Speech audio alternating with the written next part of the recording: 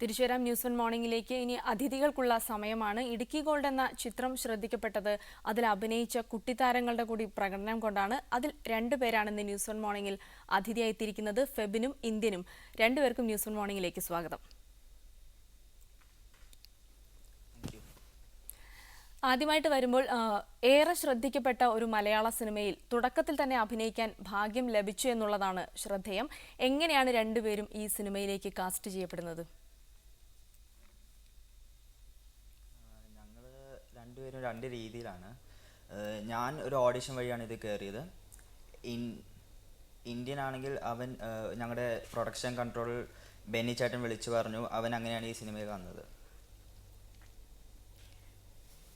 രണ്ടുപേർക്കും സിനിമാ സ്വപ്നങ്ങളാണോ ഉള്ളത്? തീർച്ചയായും എൻ്റെ സ്വപ്നം തന്നെ ഒരു സംവിധായകനാവുക എന്നുള്ളതാണ്. അതേപോലെ തന്നെ ഫെബിൻ്റെ സ്വപ്നം ഒരു സിനിമാറ്റോഗ്രാഫർ ആവുക എന്നുള്ളതാണ്. അതിൽ ഏറ്റവും നല്ലൊരു തുടക്കം ആഷിക്കേട്ടൻ്റെ ഒരു ക്രൂവിൽ തന്നെ ഞങ്ങൾ എത്തിപ്പെടുകയും അവരുടെ സിനിമയിൽ ഒരു നല്ല കഥാപാത്രം അഭിനയിക്കാൻ സാധിച്ചത് ഞങ്ങൾക്ക് ഏറ്റവും വലിയൊരു തുടക്കം തന്നെയാണ്. ഒരുപാട് കുറുമ്പുള്ള ഒരു കഥാപാത്രമാണ് എല്ലാവരും. അതിലുള്ള കുട്ടികളെല്ലാം തന്നെ ഭയങ്കര കുറുമ്പുള്ള ആളുകളാണ്. നിങ്ങൾ ഒരുമിച്ച് ചേർന്നപ്പോഴും നല്ല രസമായിരിക്കും. എങ്ങനെയായിരുന്നു ആ അനുഭവങ്ങളൊക്കെ?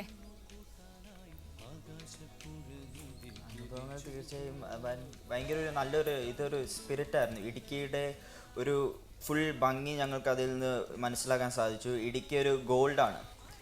ഇടുക്കി ഒരു ഗോൾഡാണെന്നൊരു സത്യം ഞങ്ങൾക്ക് അവിടെ ചെന്നപ്പോഴാണ് മനസ്സിലായി. ഞങ്ങളുടെ സൗഹൃദം വളരുകയും ആഷിക്കേട്ടൻ്റെ കൂടെ തന്നെ വർക്ക് ചെയ്യാന്ന് പറഞ്ഞാൽ അതൊരു വലിയൊരു ഭാഗ്യം തന്നെയാണ്.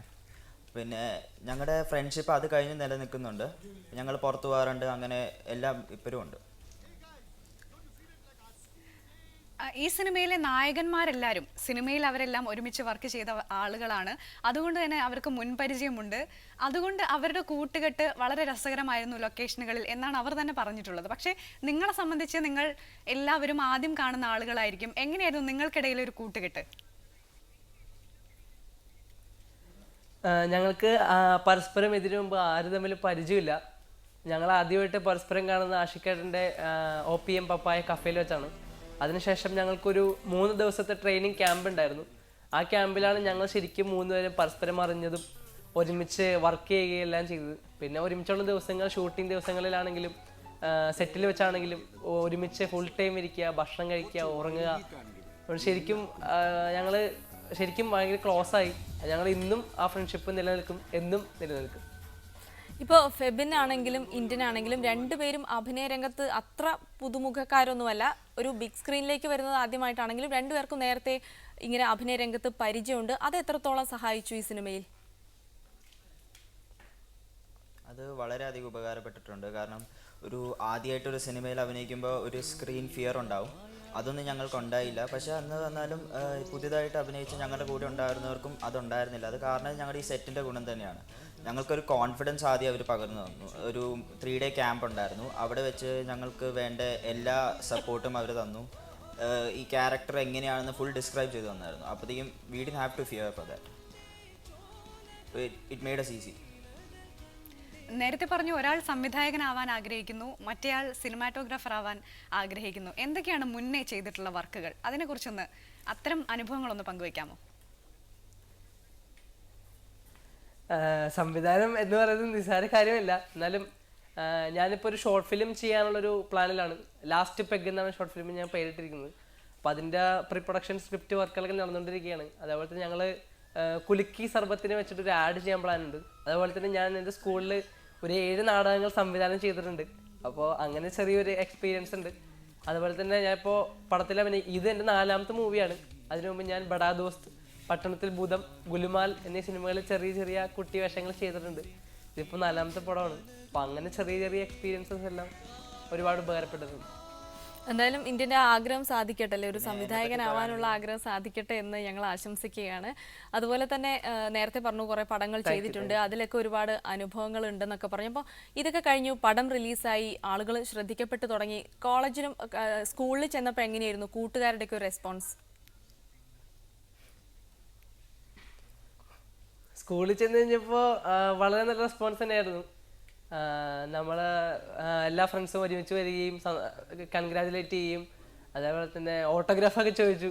അത് ഭയങ്കര സന്തോഷമുള്ളൊരു മൊമെന്റ്സ് തന്നെയാണ്. ടീച്ചർമാരെല്ലാം സ്റ്റാഫ് റൂമിൽ പോയി കഴിയുമ്പോൾ വളരെ നല്ല രീതിയിൽ റെസ്പോണ്ട് ചെയ്യുകയും മാഡം ആണെങ്കിലും പ്രിൻസിപ്പൾ ആണെങ്കിലും എല്ലാവരും നല്ല രീതിയിൽ തന്നെ എല്ലാവരും പ്രതികരിച്ചിട്ടുണ്ട്. അപ്പൊ ഇങ്ങനെ ഒരു അത് കിട്ടിയത് കൊണ്ട് തന്നെ എനിക്ക് തോന്നുന്നു സ്കൂളിൽ അത്യാവശ്യം ചില കൺസെഷൻ ഒക്കെ അനുവദിക്കണ്ടാവും. ശരി, ലേറ്റ് ആയിട്ട് ചെന്നാലൊന്നും പ്രശ്നം വരില്ലായിരിക്കും അല്ലേ? ഇല്ല, അത് തീർച്ചയായിട്ടും ഇല്ല. ഞങ്ങൾക്ക് ഇപ്പോൾ ലീവിൻ്റെ പ്രോബ്ലം ഭയങ്കര ഒരു ഇതായിരുന്നു. പക്ഷെ എന്നാലും ഞങ്ങൾക്ക് സ്പെഷ്യൽ കൺസെഷൻ കാരണം റെക്കോർഡൊക്കെ ലേറ്റായിട്ട് സബ്മിറ്റ് ചെയ്തതിന് വലിയ സീൻസ് ഒന്നും ഇപ്പോൾ ഇല്ല. അപ്പോൾ അതൊരു വലിയ ഭാഗ്യമായിട്ടാണ് കാണുന്നത്. ഫെബിൻ ഒരു സിനിമാറ്റോഗ്രാഫർ ആവാനാണ് ആഗ്രഹം എന്ന് പറഞ്ഞു. ഫെബിന്റെ ചേട്ടൻ ഈ സിനിമയിൽ വർക്ക് ചെയ്തിട്ടുണ്ടല്ലേ, ബെബിൻ? ഉണ്ട്, ബിബിൻ. ഓക്കെ, എന്താണ് ക്യാമറ വർക്കാണ് ചെയ്തിട്ടുള്ളത്? അല്ല, ഇതിലെ അസിസ്റ്റന്റ് ഡയറക്ടർ ആയിട്ടായിരുന്നു. അസിസ്റ്റന്റ് ഞാൻ ഡയറക്ടർ. ഇതിനു മുമ്പ് 3 ഷോർട്ട് ഫിലിം ചെയ്തിട്ടുണ്ട്.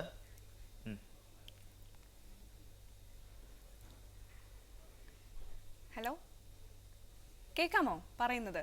ഹലോ, കേൾക്കാം. ഞാൻ ഇതിനു മുമ്പ് 3 ഷോർട്ട് ഫിലിം ചെയ്തിട്ടുണ്ട്. അതിൽ ഒരെണ്ണത്തിൽ ഞാൻ അഭിനയിക്കുകയും മറ്റേ 2 സിനിമോട്ടോഗ്രാഫിയാണ് ചെയ്തത്. അഭിനയിച്ചത് it was selected for Goa film festival and പാരീസിൽ അത് കാണിച്ചായിരുന്നു. And it was in 2004. ഇപ്പൊ ഇന്ത്യൻ്റെ ഇതിൽ ആ സിനിമയിലേക്ക് വരികയാണെങ്കിൽ ഇന്ത്യൻ അതിനകത്തൊരു സീനിൽ അഭിനയിച്ചു. ഒരു എന്താ പറയുക, ഒരു വലിയ വെള്ളച്ചാട്ടത്തിൽ നിന്ന് കുളിക്കുമ്പോൾ മുണ്ട് പൊക്കി കാണിക്കുന്ന ഒരു സീൻ. അത് എങ്ങനെയായിരുന്നു അത് ചെയ്തത്? അത് ചെയ്യാൻ വേണ്ടി നിർബന്ധിച്ചോ സംവിധായകൻ? ഇല്ല, ഞാൻ പ്രതീക്ഷിച്ചില്ല. പക്ഷെ ആഷിഖേട്ടൻ ആദ്യം പറഞ്ഞായിരുന്നു എൻ്റെ അടുത്ത്, മ്ലേച്ഛനായ ഒരു കഥാപാത്രമാണ്, അപ്പോൾ മ്ലേച്ഛതരം കാണിക്കാൻ നീ റെഡി ആയിരിക്കണം എന്ന് ആവശ്യപ്പെട്ടപ്പോൾ ഞാൻ ഒന്നും തിരിച്ചു പറയുന്നില്ല. എനിക്ക് സന്തോഷമുള്ളൂ. ആഷിഖേട്ടൻ്റെ പടത്തിൽ ചെറിയൊരു വേഷമെങ്കിലും അഭിനയിക്കാൻ പറ്റിയതിൽ സന്തോഷമുള്ളൂ. അതുകൊണ്ട് ഒരു ഇത്രയും ഇമ്പോർട്ടൻറ്റ് റോൾ ചെയ്യാന്ന് പറഞ്ഞാൽ ഞാൻ എന്ത് ചെയ്യാൻ റെഡിയാണ്. അപ്പോൾ ആഷിഖേട്ടൻ വെള്ളച്ചാട്ടത്തിൻ്റെ അടുത്ത് എൻ്റെ അടുത്ത് പറഞ്ഞു, നീ തുണി വരി കാണിക്കണം, അപ്പോൾ അവരിങ്ങനെ മേത്തേക്ക് വെള്ളം വലിച്ചെറിയും, അപ്പം നീ ഇങ്ങനെ അറിയില്ലേ എന്നൊരു സാധനം ഇടണം. ഓക്കെ ആഷിഖേട്ട, റെഡിയാണ്. സാധനം കൊടുക്കുകയും ഒരു ചമ്മലില്ലാണ്ട് ഞാൻ സാധനം ചെയ്തത്. കാരണം എനിക്കത്ര കോൺഫിഡൻസ് ആയിരുന്നു. ആഷിഖേട്ടൻ പറയുമ്പോൾ പിന്നെ നമുക്കൊന്നും അപ്പീലില്ല, നമ്മൾ ആ സാധനം ചെയ്യുകയാണ്. തിയേറ്ററിൽ ഒരുപാട് ക്ലാപ്പ് നേടിയ ഒരു രംഗം കൂടായിരുന്നു അത്. അത് വരുമ്പോൾ ആളുകളൊക്കെ ക്ലാപ്പ് അടിച്ച് പ്രോത്സാഹിപ്പിക്കുന്നുണ്ടായിരുന്നു. അതുപോലെ തന്നെ ഇപ്പോൾ ഒരു സംവിധായകൻ എന്ന നിലയിൽ ആഷിഖ് അബു നിങ്ങൾ എത്രമാത്രം സഹായിച്ചിട്ടുണ്ട് ഈ ഒരു ക്യാരക്ടറിലേക്ക് വരാനായിട്ട്? ആഷിഖ് അബു ഒരുപാട് സഹായിച്ചിട്ടുണ്ട്. സാറ് ഞങ്ങളുടെ ഒരു 3 ഡേ ക്യാമ്പിനാണെങ്കിലും വന്ന് ഞങ്ങൾക്ക് ഒരുപാട് ക്ലാസ് എടുത്തിട്ടുണ്ട്. ഞങ്ങൾ ഈ ഒരു കോൺഫിഡൻസ് തന്നത് സാറ് തന്നെയാണ്. പിന്നെ അതുപോലെ തന്നെ അസോസിയേറ്റ് ഡയറക്ടർ ദിലീഷ് പോത്തൻ സാറാണെങ്കിലും ഈ അസിസ്റ്റൻറ്റ് ഡയറക്ടേഴ്സ് ആണെങ്കിലും അവരൊക്കെ ഞങ്ങളുടെ കൂടെ ഭയങ്കരമായിട്ട് ഫ്രീ ആയിട്ട് മിങ്കിൾ ചെയ്തു. അപ്പോഴത്തേക്കും ഞങ്ങൾക്ക് ആ ടെൻഷനും ഒന്നും ഉണ്ടായില്ല. അപ്പോഴത്തേക്കും ഒരു ഫ്രീ സെറ്റാണ്, എന്ന് പറഞ്ഞാൽ ടെൻഷൻ ഫ്രീ സെറ്റ് എന്ന് തന്നെ പറയാം. ആഷിഖിൻ്റെ സെറ്റിൻ്റെ ഒരു ഗുണം അത് തന്നെയാണ്. അത് തന്നെയാണ് ഞങ്ങളുടെ ഉള്ളിൽ ഇത്രയും കഴിവ് പുറത്തെടുക്കാൻ സാധിച്ചത്. രവീന്ദ്രന്റെ കുട്ടിക്കാലം ആണ് ഇന്ത്യൻ അഭിനയിച്ചത്. ശരിക്കും ഇടുക്കി ഗോൾഡ് എന്ന സിനിമ ഒരു മുഴുനീള രവീന്ദ്രൻ ഫിലിമാണ് എന്നുള്ളൊരു ഭാഷ്യമുണ്ട്. രവീന്ദ്രന്റെ ആ ഒരു ക്യാരക്ടറിനെ ഉൾക്കൊള്ളാൻ ഏതൊക്കെ തരത്തിലുള്ള പ്രിപ്പറേഷൻ ചെയ്തിട്ടുണ്ട് ഇന്ത്യൻ? ശരിക്കും രവീന്ദ്രങ്ങളുടെ ക്യാരക്ടർ ഉൾക്കൊള്ളാൻ ഞാൻ പ്രിപ്പറേഷനായിട്ട് ഒന്നും ചെയ്തില്ല. എനിക്ക് വളരെ ഈസി ആയിട്ട് ചെയ്യാൻ പറ്റുന്നൊരു കഥാപാത്രം തന്നെയാണ് മ്ലേച്ഛനായ ഒരു കഥാപാത്രം. കാരണം ചില ക്യാരക്ടറും ചില പുള്ളിയുടെ തോട്ട്സൊക്കെ എൻ്റെ തോട്ട്സായിട്ട് ചില സാമ്യങ്ങളൊക്കെ ഉണ്ട്. ഫ്രീ ആയിട്ട് ലൈഫ് എൻജോയ് ചെയ്യുക, റെസ്പോൺസിബിലിറ്റീസ് ഒന്നും ഇല്ലാതെ ശരിക്കും എൻജോയ് ചെയ്യുക എന്നൊക്കെയുള്ള ക്യാരക്ടർ എനിക്കുണ്ട്. അപ്പോൾ ആദ്യം എനിക്ക് പറഞ്ഞു വെച്ചിരുന്ന ബെഹനാൻ എന്ന കഥാപാത്രമായിരുന്നു. പിന്നെയാണ് ആഷിഖേട്ടനും പടത്തിന് മേക്കപ്പ് മാൻ എല്ലാം പറഞ്ഞു രവീന്ദ്രങ്ങളുടെ കുട്ടിക്കാലം ചെയ്യുമ്പോൾ കുറച്ചും കൂടെ ലുക്ക് വൈസ് സാമ്യവും അതേപോലെ തന്നെ ചെയ്യാൻ കുറച്ചും കൂടെ ഫ്രീ ആയിട്ടുള്ള ക്യാരക്ടറാണ്. അപ്പോൾ അത് ശരിക്കും അധികം പ്രിപ്പറേഷനൊന്നും വേണ്ടി വന്നില്ല, എന്നാലും ഭയങ്കര രസമായിരുന്നു ആ ക്യാരക്ടർ വർക്ക് ചെയ്യാൻ. അപ്പോൾ ഇന്ത്യൻ്റെ കയ്യിൽ കുറച്ച് മ്ലേച്ഛത്തരമൊക്കെ ഉണ്ടെന്ന് അർത്ഥം അല്ലേ?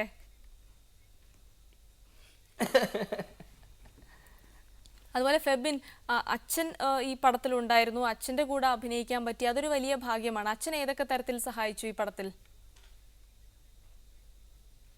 അച്ഛനും ഞാനും തമ്മിൽ ഈ പടത്തിൽ അത്ര കോണ്ടാക്ട് ഉണ്ടായിരുന്നു. കാരണം ഞങ്ങൾക്ക് 2 ഷെഡ്യൂളായിട്ടാണ് വന്നത്.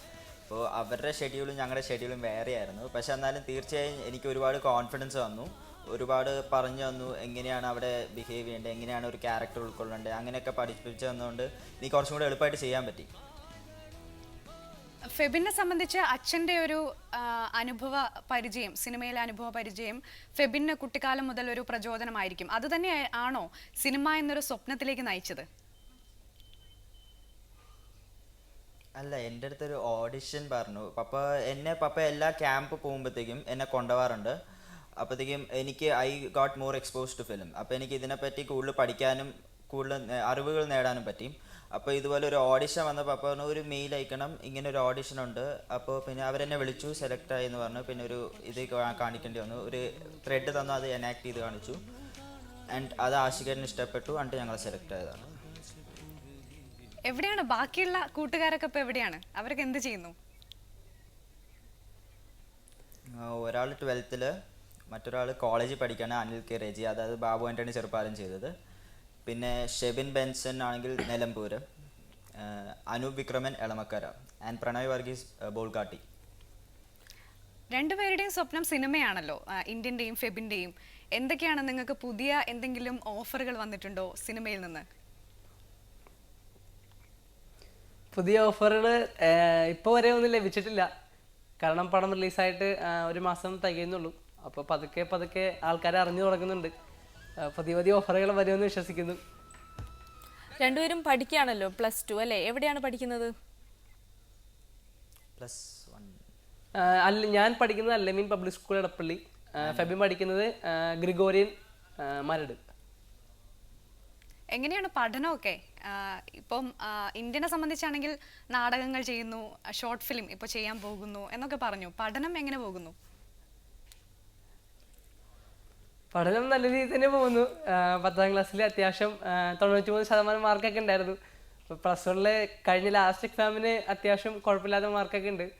ഇതിൻ്റെ ഇപ്പം മാനേജ് ചെയ്യാൻ ശരിക്കും ടീച്ചർമാരൊക്കെ ശരിക്കും സഹായിക്കുന്നുണ്ട്. ഫ്രണ്ട്സ് ആണെങ്കിലും ടീച്ചേഴ്സ് ആണെങ്കിലും ശരിക്കും സപ്പോർട്ടീവാണ്. അതുകൊണ്ട് തന്നെ നമുക്ക് പഠിത്തം മാനേജ് ചെയ്ത് കൊണ്ടുപോകാൻ കുഴപ്പമില്ലാതെ സാധിക്കുന്നുണ്ട്. എന്തായാലും ക്ലാസ്സിൽ പോകേണ്ട സമയമൊക്കെ കളഞ്ഞിട്ടാണ് രണ്ടുപേരും ഇവിടെ എത്തിയിരിക്കുന്നത്. അതിൽ ഒരുപാട് നന്ദിയുണ്ട് ന്യൂസ് 1 മോർണിംഗിൽ അതിഥിയായി എത്തിയതിന്. ഇനി ഒരുപാട് അവസരങ്ങൾ കിട്ടട്ടെ, രണ്ടുപേരുടെയും ആഗ്രഹങ്ങളൊക്കെ സാക്ഷാത്കരിക്കാൻ കഴിയട്ടെ എന്ന് ന്യൂസ് 1 മോർണിംഗ് ആശംസിക്കുകയാണ്. വളരെയധികം നന്ദി.